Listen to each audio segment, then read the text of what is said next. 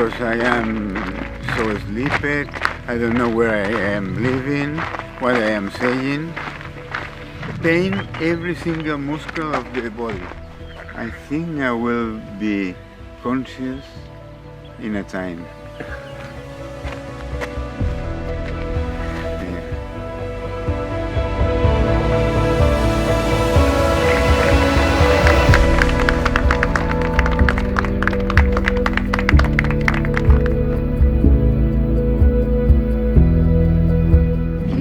Things like asleep. I fell over a few times because of it. I've done the MRT challenge and I've done the Southern Challenger, and I attempted in 2017 the full spine race and got to Bellingham before it was timed out.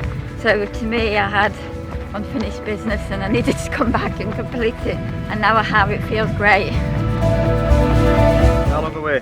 11.2 miles to go. Touching the famous wall at the Border Hotel. It'll be my first time if I make it.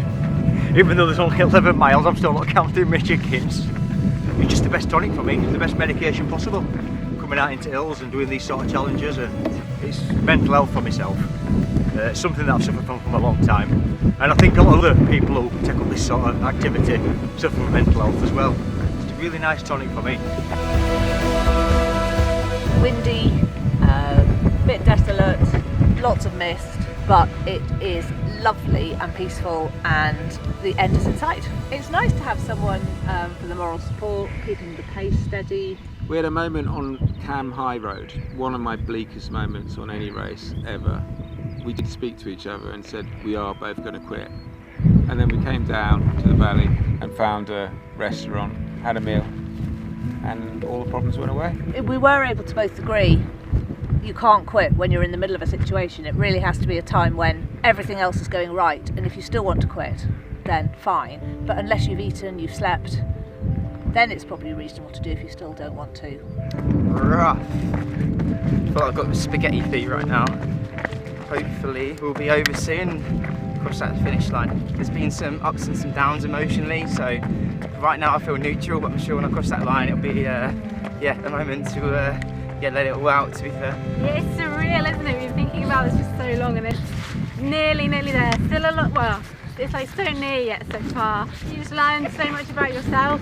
I think you change as a person in ways that you would never really expect. It's so much more than just sort of the running side of it. I've got a strange back issue. It wants to keep leaning forward all the time for some reason. It's a very old traditional challenge, the Pennine Way as a race.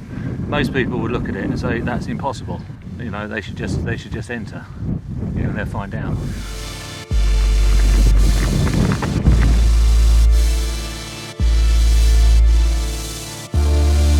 Well, me and my brother have come to an agreement that if one other one can push on, then he does so. So it stops him getting bored and stops him getting cold, and whoever can move fastest goes off in front, and that's it. I'll probably catch up to him, but my feet are in rag order at the minute, and he's moving quite well, so it's not fair for him to be hanging back with me, so it's not a problem at all. Well, I'll tell you what, if you're going to find out your strengths and your weaknesses, you're going to find a bit about yourself, then you'll certainly find out about it on this race. It's my sort of 6th time. I don't know why I keep coming back. I must be a fucking idiot, but this is definitely my last one. I'm sort of starting to falter at wayside. I'm starting to get aches and pains where I shouldn't be. I think it's time for me to hang up the spine race running trainers and do something a bit less silly. Absolutely exhausted. Can't quite believe I'm going to make it yet. But when I leave Hut 2, I think that'll be it. I'll be confident then that it's going to happen. Tried to do it 2 years ago, failed. This year I've come back, and it looks like I'm going to do it this year, so just chuffed to bits.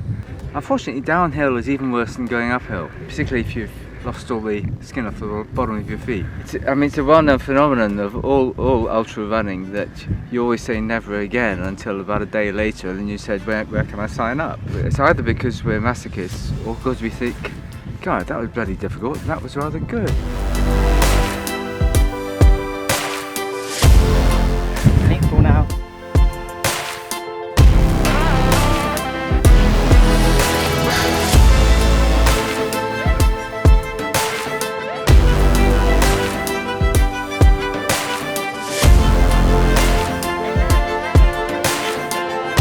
moments away.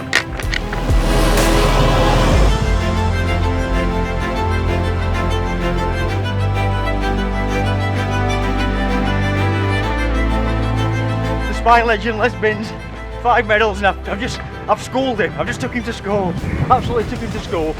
I couldn't have thought in my wildest dreams I'd actually get to Kirk Yetholm from Edale. When I set off on Sunday last week, I just, one step at a time, I just never thought about this. This is absolutely fantastic. Taken so much of our lives this week. So all the other worries go away and you're just surrounded by the challenge of one foot before each other and beauty and the comradeship with other great athletes, pushing yourself right to the limit. I'll be very sad when it's over.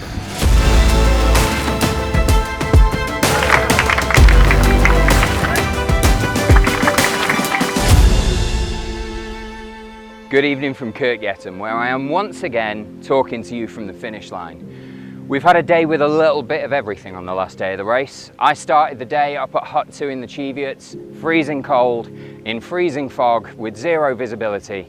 Now, as you can see, it's over 25 degrees and blazing sunshine. And hasn't that just been this year's race? Massive congratulations once again to all of our runners, to our winners. In fact, congratulations doesn't feel like a big enough word anymore. Until they come up with better superlatives, I'll be stuck with it. But given what these runners have been through over the last week, it just isn't enough. But for now, congratulations to you all. And especially to Dave Phillips, who managed to finish the Summer Spine Race with 50 miles, around 20% of the course between him and his nearest rival.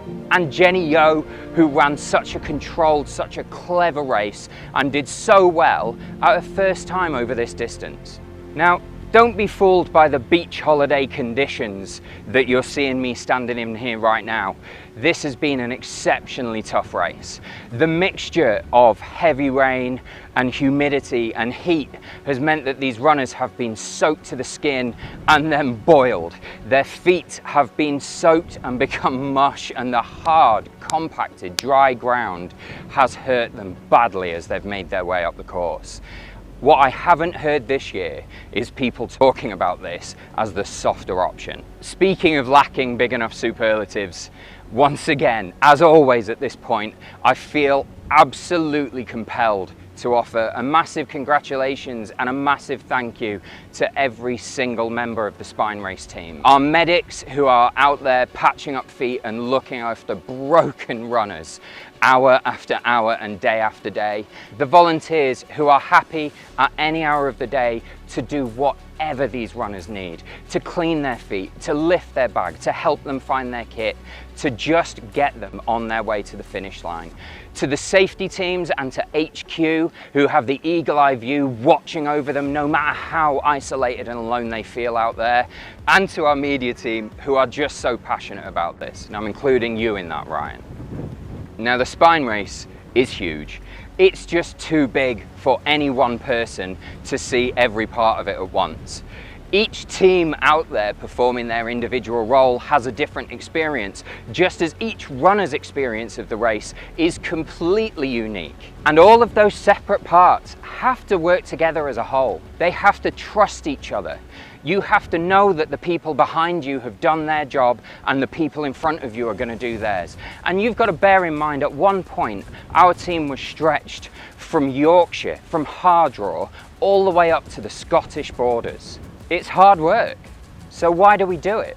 Partly for that reason in and of itself. To work among people who are all pushing in one direction, who trust each other and are perfectly happy to cooperate is a relief and is a pleasure. For that to work, everybody has to be united behind one purpose, has to have a reason to be pushing in one direction. And that reason is quite obviously the runners. Just as you are screaming at the tracking system when somebody goes off course, or begging somebody to move a little faster when the cut-offs are threatening the success of their race, so are we. Because we understand what it means to them and how important it is. Because we're so inspired by them and we want you to be inspired by them as well. It's because we love this race. For that reason, we'll all be back in January. We'll see you there.